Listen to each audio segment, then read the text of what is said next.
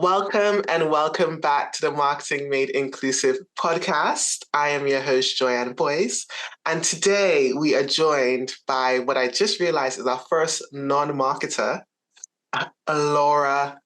Oh, see, I paused because I stumbled. Gemmell. This is becoming an unfortunate tradition, but also it's because I overthink it. Laura Gemmell, who's a data scientist, who is a friend of mine, and I wanted to have her on the podcast so we can talk all things AI. I do think you are somewhat of a marketer, but I'll let you self-describe if you feel that you are or not, Laura. Introduce yourself to the people. Sure. I'm Laura Gemmell. I'm the founder of Taught by Humans. I'm currently saying I'm the technical CEO, which is the chief everything officer, because I literally do everything for the business. So yes, marketing does fall under everything that a startup founder has to do. As Joyann mentioned, I am a data scientist or a technologist by trade. I have a PhD in educating the public about artificial intelligence and the skills needed to work in these areas. And Taught by Humans is an AI data confidence company. We are building a product to help people learn in a personalized way so they can become AI and data confident in their jobs. Absolutely love it. And who better to have on the podcast with me to discuss all things AI? Because I know sometimes I am some of my marketers' friends' go-to person for AI questions. Laura is my go-to person.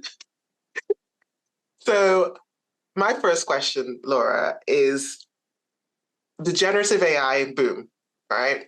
We know AI has been around for a while, but I feel like generative AI is the one that has been impacting marketing one of the most. Like, how do you see it, and what are your vibes on it? Sure. So I think when we're talking right now, we've had about a year of generative AI being very mainstream. So it's been around for a while, but we've had a year since the first chat GPT was released and everybody went quite intense about this whole thing. To me, I would say I think why this boom has happened and why it's impacting things like marketing is because people can actually touch this one. And what I mean by that is ChatGPT was an interface where people can literally type in a way that they do other things on the internet and feel how this AI was talking back to them and things like that.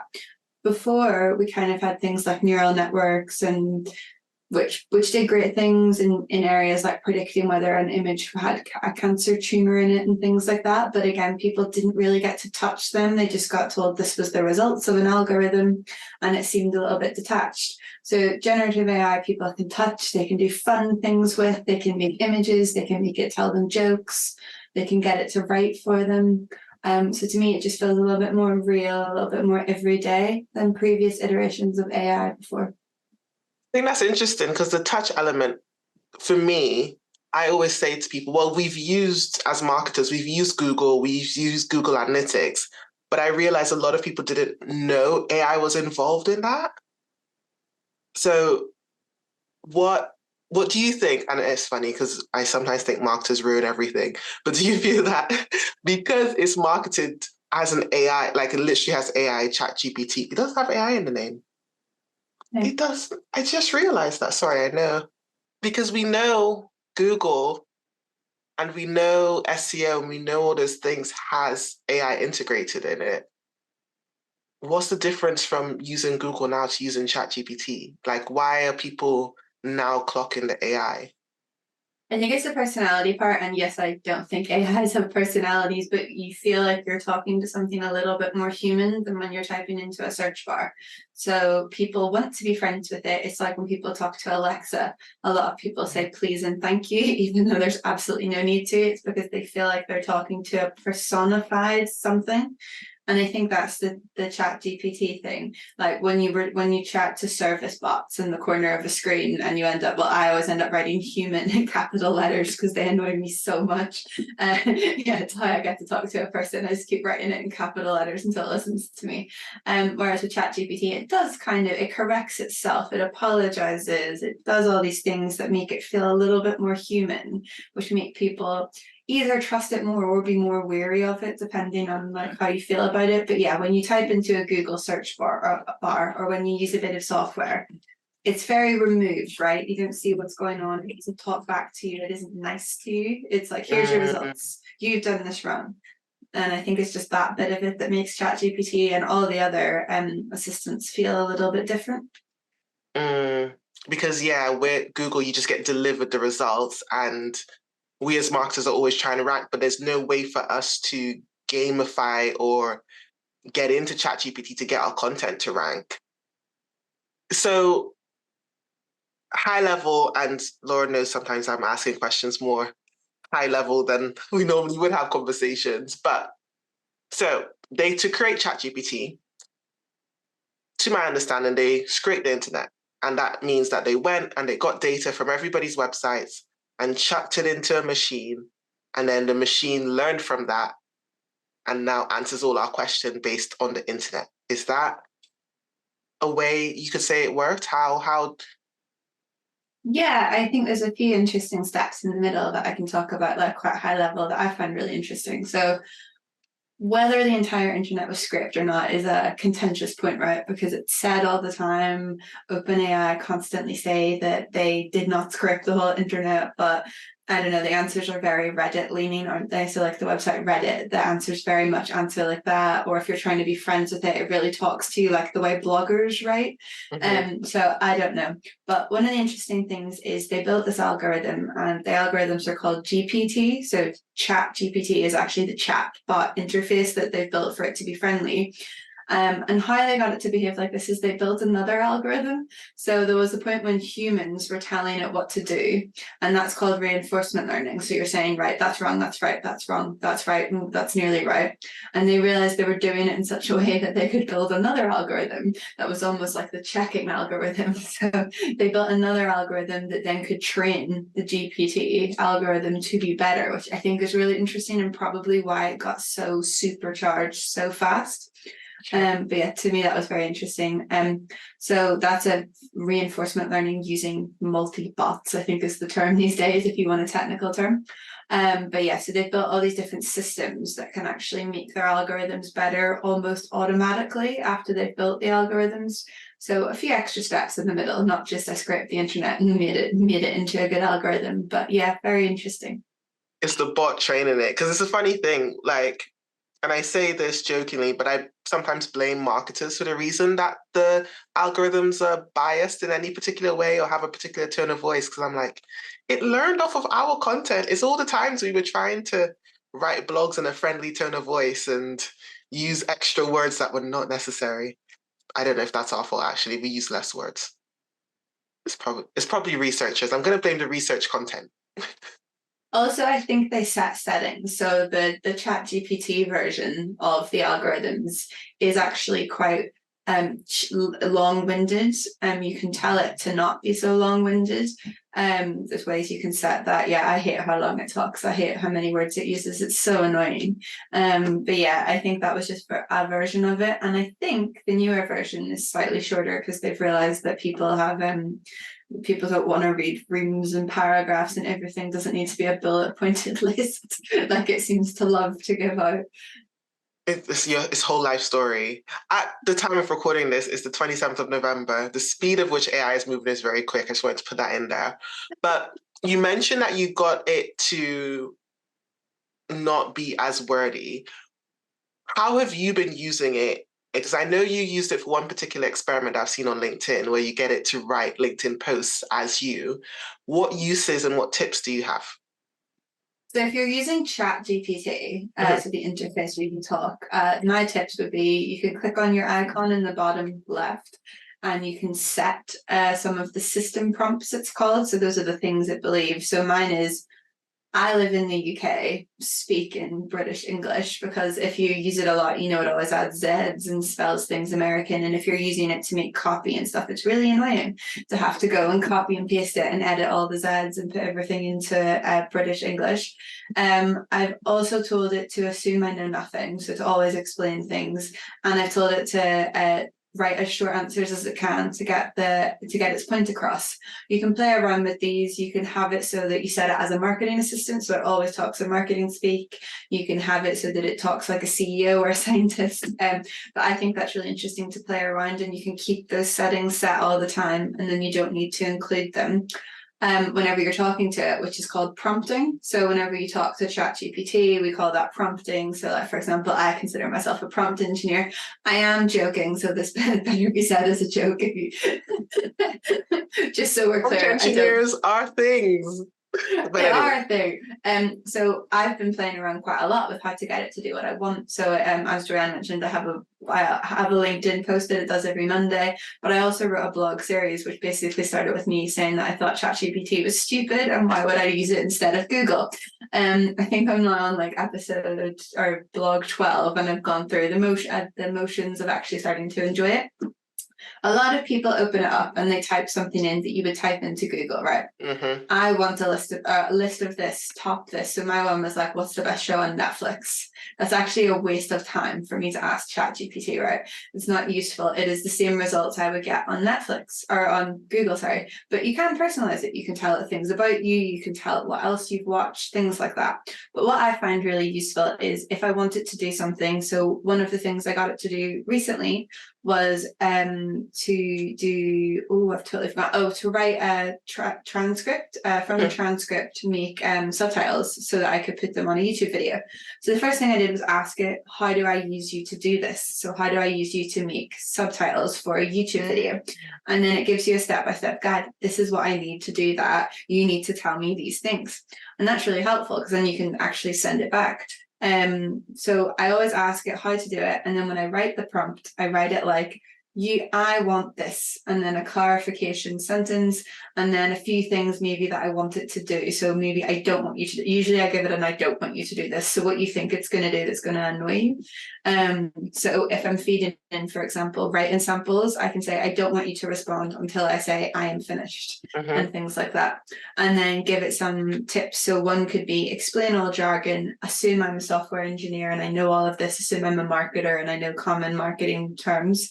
So my prompts actually end up being about the second one always ends up being about a paragraph and can sometimes have an additional thing attached to it, like some code or the transcript or a blog.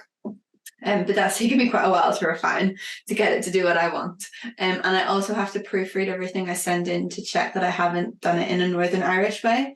So as you can hear from my accent, I'm Northern Irish, and we seem to use words incorrectly and also use verbs slightly incorrectly. I never notice it until I write it down, but ChatGPT can't deal with it. It freaks out a little bit and gets really confused and then makes up what I meant. Oh, and another useful thing to tell it is don't make things up. So GPT 3.5 has a tendency to fill in the blanks, so it was trained to always give an answer. GPT 4 and onwards isn't as bad, but there's a term hallucinations, which is when one of these generative AIs just makes things up that isn't there, and it does happen quite a lot actually. We've been training an algorithm to do personalization of education, and for a very long time, if we didn't have the content someone asked for, it made up YouTube links, YouTube videos and YouTube links. So if you're using GPT 3.5, which is the one on the free ChatGPT version, make sure to tell it not to lie or not to make things up so that you don't get incorrect information. The not to lie bit is so help. Like the amount of times, and especially when it gives you a lengthy answer and you're just like, all of this is BS. I did not need any of that. But something you said, I think I'm still stuck in my not bad habits, old habits, where I still go to Google to find out how to get the prompt to do the thing. I don't ask it. So I'm definitely going to add that step in. So for my LinkedIn post that I do every Monday, where I get ChatGPT to write me a Monday motivation LinkedIn post like me, I got it to write the prompt. I said, what prompt do I need to give you to do this? So I copy and paste it every week and I edit some bits about it. But now we have an ongoing Monday conversation where I give it feedback on its post from last week. It's still very biased though. Like I told it I was Irish one week because people told me the post sounded like I was a California surfer dude. So I was like, I'm Irish, do it again. And it included a shamrock and stuff in it. So I was like, cool, calm down. I can be Irish, but that doesn't need to spill through every sentence of the post. No, you've landed on my next question. So the bias that's within the models and within the AIs, if there was another bot training that bot, where did the bias come from? Is it from the content or is it because the bot doesn't understand? How did it get in there? Like I will say, like, I'm not an expert on how exactly this algorithm was trained, and OpenAI are quite obviously, because it's commercially sensitive, quite into this, keeping it a secret. The internet is not a place of non-bias. I don't think there was any point in the training of the model where they went through and said this is biased, this is biased, this is biased, and told it not to include things. Interestingly, though, they ran some research, like an independent university, on ChatGPT, and it's apparently very left-leaning politics-wise, which is interesting. Yeah, so it seems that they scraped certain things from the internet. So there's definitely bias added in from the data itself, right? Because if they just scrape the internet, or if they're not willing to share where the data came from, then we have to assume it was biased. If there's been no checking that it wasn't biased, because one, the world is kind of biased, and two, the internet is very, very biased. Very, yeah. And the training algorithm was made to copy a human behavior.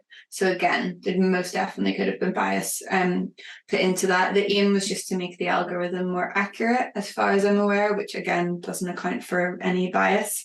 It is a very complicated one, because I guess, like, obviously bias isn't a good thing, but if you want a chatbot to be like realistic about the internet, then it probably is going to be a bit biased.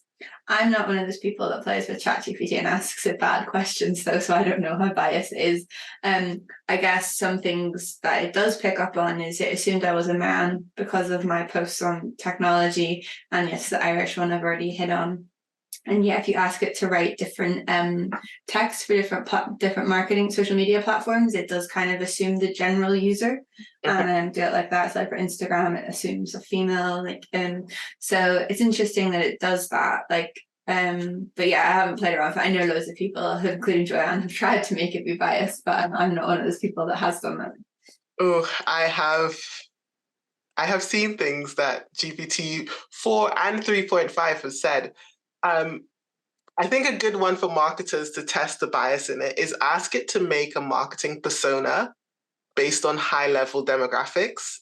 And it is very, very interesting. The worst ones that I've seen is I've asked it to make a marketing persona on a deaf Black woman. And yeah, it said that she transcended sound and skin. And I was like, there's so many layers of things that are not logical in that. The latest one we experimented was describe Black Harry Potter in 100 words. Sorry. No, that one was yeah. But the I think it's really good to note that OpenAI hasn't been transparent, and that's like super frustrating, because at least we could know going into it, using it for content creation, that okay, if I'm going to write a blog on Apple computers, it might go and replicate content by MQBHD, who's a YouTube reviewer about Apple and stuff like that. And it makes it very tricky for a marketer to know, anyways, to trust that the content they're getting out of there is 100%. Are there other ways you can think of using it for marketing, or any other ways you've used it for marketing in your case? So you mentioned LinkedIn posts, blogs, transcripts of YouTube videos, which I didn't know that one it could do. So I would just call it, I only use it for one LinkedIn post, and I make it very clear that ChatGPT wrote that LinkedIn post, because it doesn't really sound like me despite me trying. I think you're touching on something that we shouldn't really get it to do the creative side of any job, particularly marketing. So I don't get it to write blogs for me. I sometimes get it to read blogs for me and proofread them for me. So I'm dyslexic, and I'm absolutely terrible at like getting things right the first time. I quite often use the wrong word, or as I've said, I tend to use weird colloquialisms that shouldn't be used, and things like that. And I have a very lovely husband who mostly checks my stuff for me, but ChatGPT is a great second whenever I need someone to help. So checking anything. Sometimes writing you a blog post that you're going to edit, because staring at a blank screen is sometimes the bit that is the blocker for a lot of people. So asking it to write a blog post and then being like, oh my God, this is terrible, and then editing it yourself, but having some semblance of a structure that probably makes sense, because it's not terrible at structure, it's terrible at like the flowy, nice language in the middle. Also, it's quite good for SEO, although one Mm. thing because if you think about how SEO is done, it's very logical and algorithmic anyway. One thing to note is that a lot of websites particularly website builders like Wix and things, are blocking anything. So my website's hosted on Wix at the minute, and I cannot use ChatGPT to do the SEO on it. And because it's blocked, yeah. So a lot of websites are blocking web scraping and stuff like that, which is how this type of SEO thing would generally be done. It's quite good at that. If it can get on your website, it's also quite good at doing a website audit, like saying like, oh, it needs to have 1H1. Oh, this bit doesn't make sense. You might want to add a tagline higher up the page and things like that. Planning, I quite like it for planning. Again, even if it's just to give you a plan that you're like, that is terrible. Why would I do that? At least you've got something to start with. And good for competitor research, actually. So now that it can access the internet, you can actually talk about competitors. You can ask it to try and find out colors on websites and stuff and things like that, which I find really helpful. Basically anything repetitive or anything that's going to take you a long time. The other day I had like a list of emails that I'd had signed up at an event, and they'd been sitting on my desk for a month because there was 44 emails on it, and I could not be bothered typing 44 emails into my computer. So I was trying to work out a way I could do it quicker. And what I actually ended up doing was taking a picture on Google Translate on my phone and getting it to output some data. And then I copied and pasted the data into ChatGPT and told it what it was. These are supposed to be emails that were signed up at an event. This is the output from Google Translate. Can you actually work out what the emails are supposed to be? I did a pretty good job. I think there was only 10 that it got wrong. And mostly they were from handwriting or Google's fault, not ChatGPT's fault. So something that I think would have taken me an hour and a half or something ended up taking me 5 minutes. Okay. So it's time saving, not time replacement. Yeah. Something you mentioned that I'm curious on. So and I think a lot of this is really good for like the all-in-one marketer, the one who's doing 152 roles and they can just get the top level stuff. But I'm curious for the marketers that are in large corporations where there's a lot of protection on copyright and so forth.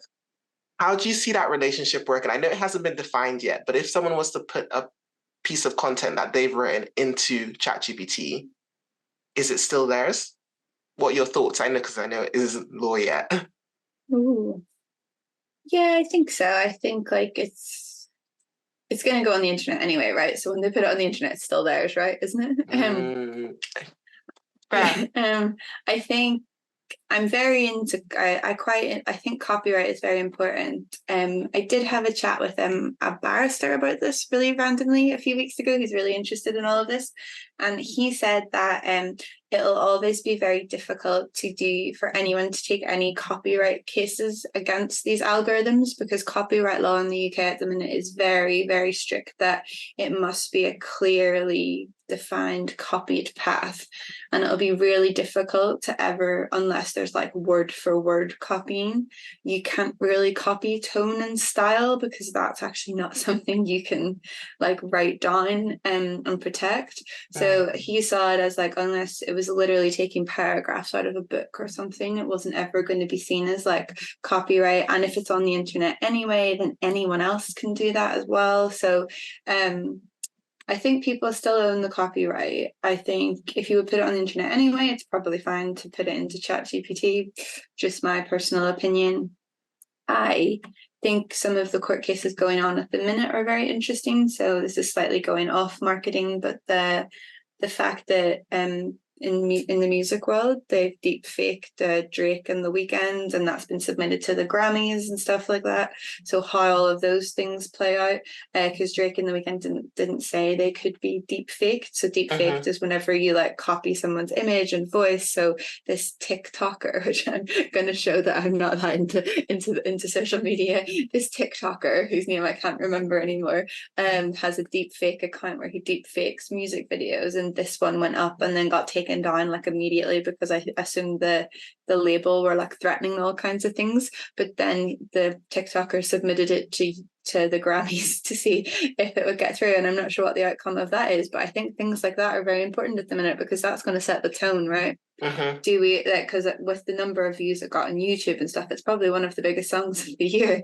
But like, can that be submitted to the Grammys? Like, can it be, does Drake win an award if he was deep faked? Like, how does that end up working? So those conversations are really interesting. And same with the writers' strike in America. So not quite copyright, it's more like job protection a little bit. So all of these things going on at the minute are going to influence copyright laws. They're going to influence everything that happens. So how all of these things turn out is very important. So the writers are striking to protect themselves against being replaced from AI generated script writing. They don't want to end up just being the person who checks the AI generated script at the end. They want to be involved in the creative process. And like, completely agree. Have you seen things like created by ChatGPT? There's no creativity. They miss like nuance of like humanness, like things that would be funny that it wouldn't quite understand. It's actually an excellent Black Mirror episode on this. There's an episode where after someone dies, you can bring them back to life. And the episode starts off with like, I can't remember whether it's a Jamiroquai or a Bee Gees like Guilty Pleasure song comes on in the car. And the guy's like, oh, I love this song. And his wife's like, that's not really like in your taste. And he's like, oh, Guilty Pleasure, and turns it right up. And then whenever they fake generate him back in the future, the song comes on the radio and he says he hates it because you can't actually dig in, because by all algorithmic written down parts of it, he should hate the song. It's really against his personality to like the song, but he loves the song.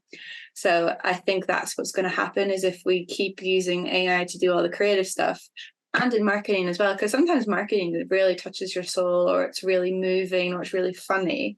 I think it's going to end up missing all of those bits, and it's just going to be like, oh, I'll go and buy that, but you've no emotional connection to why you're going to buy that or sign up for that or whatever. That's so needed. A theory that I have, and I was speaking to someone on the podcast about it, was that marketing is going to go back to the psychology of it. It's going to go back to the core elements. But I'm curious to know if you could, because we're recording this in end of November and it's going to come out in February. If you could predict, because I think I'm comparing AI years to dog years, because I'm obsessed with dogs at the moment. If you could predict what the next couple of months are going to look like in the AI world, and then correlate that with how you think it might impact creative, well, what do you think? Where do you think we'll be? So speaking very much on what's happened recently, so recap if people are listening to this in February and don't know, there's been a lot of things going on with OpenAI, who are the company who created ChatGPT, a lot of moving around of CEOs and then reinstating the CEO and a whole new board being formed. I think what that's actually opening up is space for other players, because a little bit of faith has been shaken in them. They still have a stronghold, but for example, Anthropic, who make Claude, who's a ChatGPT competitor, are currently doubling down and lowering prices and making it easier for people to access. And their big focus is AI safety, which isn't quite bias, but it touches on thinking about bias, I think is how I would word it. So I see like things potentially moving towards it being a more equal playing field, not everybody talking about ChatGPT. I also, from personal experience, I'm talking to other people, we are going to start seeing bots that have jobs. And what I mean by that is potentially within a marketing flow, there might be the writer, the editor, the creative one, and they're all going to have little personalities. I say this like kind of facetiously because like they're going to have personalities given to them by a person, and they're going to do specific jobs as opposed to trying to get ChatGPT to do everything for you. But so OpenAI has also just launched GPTs. GPT still uses ChatGPT, but I think we're going to get closer and closer to people being able to edit things more and make them work in a really specific way for them. And the barrier to entry to that, which was originally you must be able to code, is getting lower and lower and lower as these companies are realizing that's what people want. So in terms of creativity, potentially by February, you might be able to make a bot that does a lot, that does as something in the way that you do it. But that requires you to be able to put down your thought process, your considerations, and things like that. So I don't know if companies are working on making that easier, asking you questions. Oh, I've just got a business idea off the back of this, but like, never mind. So by February, I will be doing this. No, I'm joking. A whole other business. But no, that's really interesting because the potential is huge. But I think for marketeers and specialists, it's still the same thing. Getting people to put their thoughts down is the harder part. Getting people to describe what they want, getting people to really emote. So it's not the same, but it's similar. I saw TikTokers, where dancers were talking to each other in dance speak, and they would be like, "Give me a boom cack, boom cack, cack, cack." I'd be like, if you're not a dancer, you're just like, "That's what language is that? What are you saying?" But they just understood each other, and I feel like in a lot of industries, we have our own shorthand that is so niche and particular. Like for us, when we're training clients, we have an understanding of the client's level of understanding of marketing or level of understanding of inclusive marketing. And then that's how we will shape the content. But it's only when you speak to them and you hear them describe something in a certain way. You must have it with AI all the time, where someone comes to you and says, "Oh, robots are going to kill us." Or if they come and ask you a specific question about Transformers, it's a very different level. So, okay, so that's February. Now, say there's no regulations, because currently there's chat about there being regulations. In 5 years, where do you think, being optimistic as well, do you think AI will be in 5 years? I think I'm actually a little bit like not a pessimist because I don't think AI is a bad thing, but I think we will hit a wall with how fast the acceleration is going because that is how things tend to have happened previously. So in the past, things have been restricted by computing power. I think this will hit a wall where it won't be able to run fast enough anymore because we need to feed so many words into it to get it to do what we want. So I find thinking about 5 years in the future, like to me, I can't really picture a world where things are that different. Like maybe the barrier to entry is a bit lower. That's the thing I'm really obsessed with, actually. For people being able to use them, I think a lot of companies will have really accepted using ChatGPT and stuff like that every day in the same way that we now use Google Sheets and stuff every day. There is, I guess, the other alternative where everything keeps accelerating really fast and everyone could have, again, go to Black Mirror, a little mini version of themselves that they've like downloaded themselves into that like helps them with their like admin tasks all the time. I guess to me that's probably like the casual version of the AI acceleration is everybody gets something that can help speed up their day out of it. And then I'm going to be really, really pessimistic and be like, but everybody wouldn't get that. And actually, what we're going to be doing is deepening inequalities throughout society. But I don't believe this is the podcast for me to air those grievances. Yeah, I will say, in a marketing sense, if we're not mindful, my pessimistic side is that marketers will be the fault for AI getting worse if it continues to scrape the content that we lazily publish without checking for bias and stereotypes. But anywho, on a positive note, we can all get a mini Miley Cyrus. That's the episode you were speaking about. Yeah. No, actually, that's a good one. It's the same technology. I'm a real Black Mirror nerd. It's the same technology, but there is a Christmas episode. I think it's called Black Christmas from like very early on, back when it was on Channel 4, and it's all about this grain technology. And basically, you have like a mini little clone of you that feels feelings and gets upset. But the whole point is, it knows how you like your toast, stuff like that. So when it makes you toast, it makes you the perfect toast, and like it knows what temperature the shower needs to be, and like really random stuff. I do recommend watching that one. It's very interesting, the Black Christmas one. If there's anything to take away from this episode, watch all of the Black Mirror episodes and you'll get an idea. As warnings, not as instructions on what to do. I quite often see news articles and I'm like, you weren't supposed to take that as a let's build this thing. You were supposed to take it as a bad. Don't do it. But I think it was the one, I don't know which came first, the Black Mirror episode or the Boston Dynamics dog. and they made a dog similar to one of the episodes, and everyone was just like, no, no. And then a couple years later, they made a pledge that none of their robotics will ever be armed. And it was like, I hear you, but someone could just take your technology and do that. So you're still making the thing. But anywho, on a positive note, I think it would be really good for marketers to have mini versions doing little things. And I like your tip about if you're going to publish it on the internet anyways, don't worry too much about it. Like I feel like that's a good bit for where we are right now in the whole IP situation of AI. So many said I just Tachi. Mm-hmm. going to say another thing that I think that I totally forgot to mention that it might be really helpful for marketeers and is how easy it's becoming to transform content from one type to another. So at the minute you make a blog, and yes, you can use some software to make a robotic sounding voice, turn it into a podcast or a video, but people don't want that. But we are getting closer and closer to being able to like very quickly make, it could be deep faked, but if you're deep faking yourself, I'm not sure that's a problem. That's where my line is. If you're deep faking yourself, or you have literal written consent to deep fake someone in a really specific way, that's also fine, but don't do it in any other way.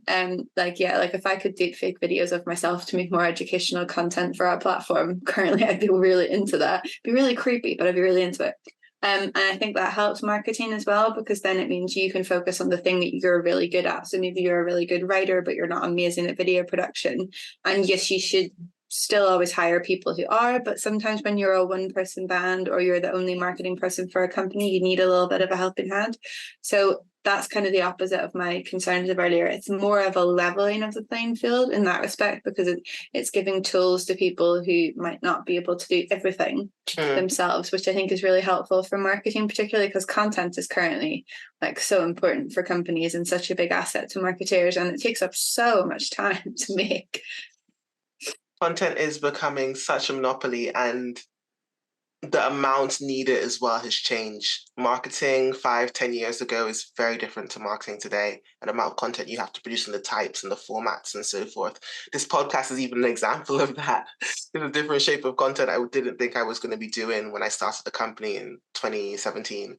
So it's a variety. Okay, so the cover podcast is called Marketing Made Inclusive. Can you think of a campaign you've seen recently? Be any type of campaign. I wouldn't specify to be like one that was diverse or not diverse. And let's see if we can make it inclusive. I'm going to give you an example that is probably really annoying. So I'm quite deeply into building a tech platform at the minute. So most of my life is spent on the internet researching different software that can help me. So there was a campaign by a company called, I think it's pronounced Supabase. It's like SUPA base. It's a database and an authorization management company. Okay. And their big tagline was "Build in a weekend, scale to millions," which I was like, "Ooh, that's Okay. very interesting." So anyway, I started using them now because they also offer like their other thing is, I don't really understand this. They're an open source version of Firebase, which I believe is like a Google product. So I guess they're marketing they're definitely marketing to me, company founder who wants to do things fast. And they're also marketing a known brand name as a comparison, which I thought was quite interesting. I'm not sure if like there's where the inclusivity, I guess they're not marketing to non-tech people at all. Yeah, they're being very specific in their language, but it's interesting. The weekend to billions line is still a very specific individual to word it, because it's someone who has a company, one, is a CEO or doing it themselves, but also has a weekend. Yeah, actually, that's a good point. You're right. It's marketing to the very typical, like, oh, I've got an idea. I'm going to have a minimum viable product in a couple of days. Oh, I can do this at the weekend. I don't have carrying responsibilities. I don't have a part-time job that I have to do on top of my other job. Yeah, no, you're right. I didn't really think of that. But in that case, I think it's good, because then it's removing the people who have more time, because I guess they don't convert as fast as well. So that's interesting. It's I wouldn't say it's inclusive, but I think it's intentionally exclusive, because was there any imagery with it? Or was it just It was like a black screen with like slightly light up dots in the background and then like green text. Yeah, it obviously really stuck in my head. It really converted me. I'm quite bad at like actually agreeing to use software for the platform. It feels like a really big commitment to me.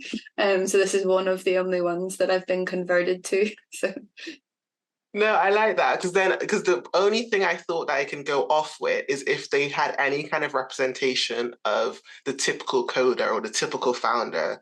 If very clean. Yeah, I was going to say their whole website's very clean. It's just text. It's just like images. Yeah, I would say that their brand isn't super inclusive because they're like, what's the term? Like blogs aren't super easy to follow along with. Their get started stuff, I'm like, this isn't very like beginner friendly, but that's neither here nor there. I think they're advertising, like you said, to a particular type of person. and to be honest, that particular, when I think about that persona, they may go to videos anyways, so they can fast forward to the bits they want help. So it'd be interesting to see how many types of content they have for that persona they're targeting. That is interesting. So I don't like videos. So I never think to look for videos ever. So when I was reading through, and I guess actually for following along with a tech blog, actually, it's not as likely to go to a video. If you want to do something specific, it's better to have code snippets that you can copy and paste into something.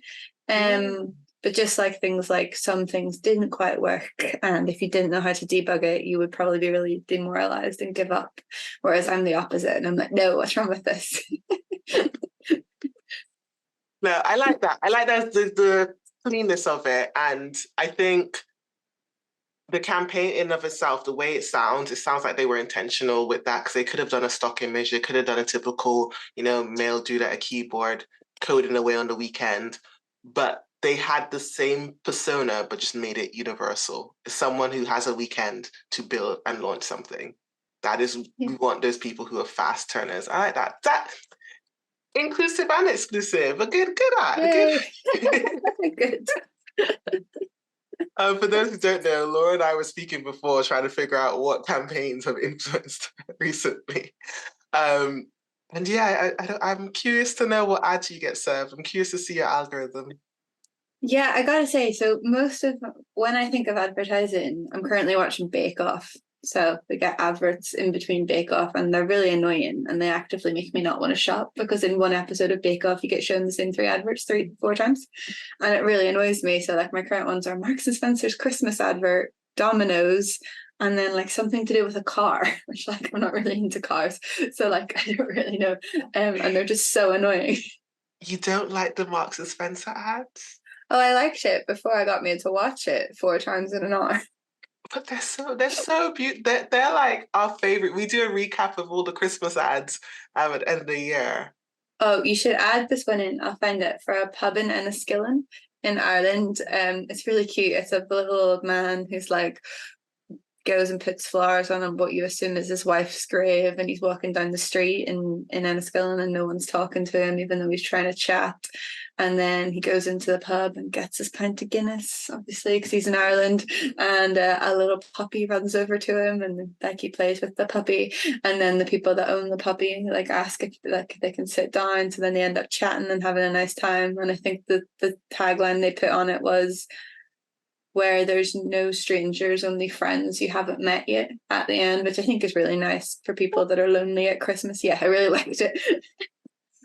But I really liked over the recent years, I found Christmas ads have been adding generational levels and awareness of like the loneliness around the season. It's really lovely to see that side of it. And obviously they're still selling something, but the Marks and Spencer is one of my favorite. We're going to check that one out.